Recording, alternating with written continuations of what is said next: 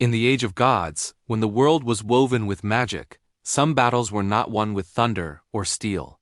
They were won with a whisper. Loki, the master of mischief, knew this well. He watched as the gods celebrated Balder the Beautiful, a being so beloved that all of creation had sworn an oath to never harm him. Every element, every creature, every weapon had promised to keep him safe. The gods found sport in this, hurling axes and stones at Balder, laughing as each object veered away, harmless. But Loki did not join the laughter. He saw a thread left unwoven, a promise unasked. He disguised himself as an old woman and sought out Queen Frigg, Balder's mother, the one who had secured these oaths. With a gentle voice and a curious smile, he praised her work. "Has everything truly sworn not to harm your son?" he asked, his tone innocent. Frigg, proud and unsuspecting, revealed her one secret. "Everything," she said, "except the mistletoe." It seemed too young, too small and tender to ask for such a heavy vow. That was all Loki needed. A single, overlooked detail. He found the small, unassuming plant growing on an oak tree. It was insignificant, harmless, easily forgotten. He plucked a sprig and, with patient hands, sharpened it into a slender dart. It was light, almost a toy.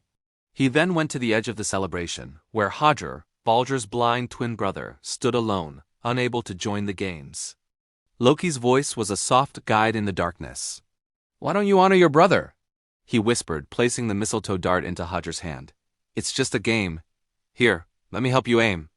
Hodr, wanting only to be part of the joy, agreed. Loki guided his arm. The throw was not forceful. It was a gentle arc through the air. The crowd fell silent as the tiny dart flew true, striking Balder in the chest. There was no grand explosion, no cry of war. Just a quiet moment. Balder swayed, a look of surprise on his face, and then he fell. The brightest light of Asgard, the god of joy and purity, was gone. The laughter of the gods turned to ash. A silence, heavier than any stone, descended upon them. The world held its breath, and in that silence, Loki's quiet work was done. A single whisper, a forgotten plant, and a blind man's hand had just triggered the end of an age. The first shadow of Ragnarok had fallen. What happens when a god dies? The consequences of this single act will shatter the 9 realms. Join us next time as the gods confront a world without its light. Don't miss it. Subscribe and hit the bell to continue the saga.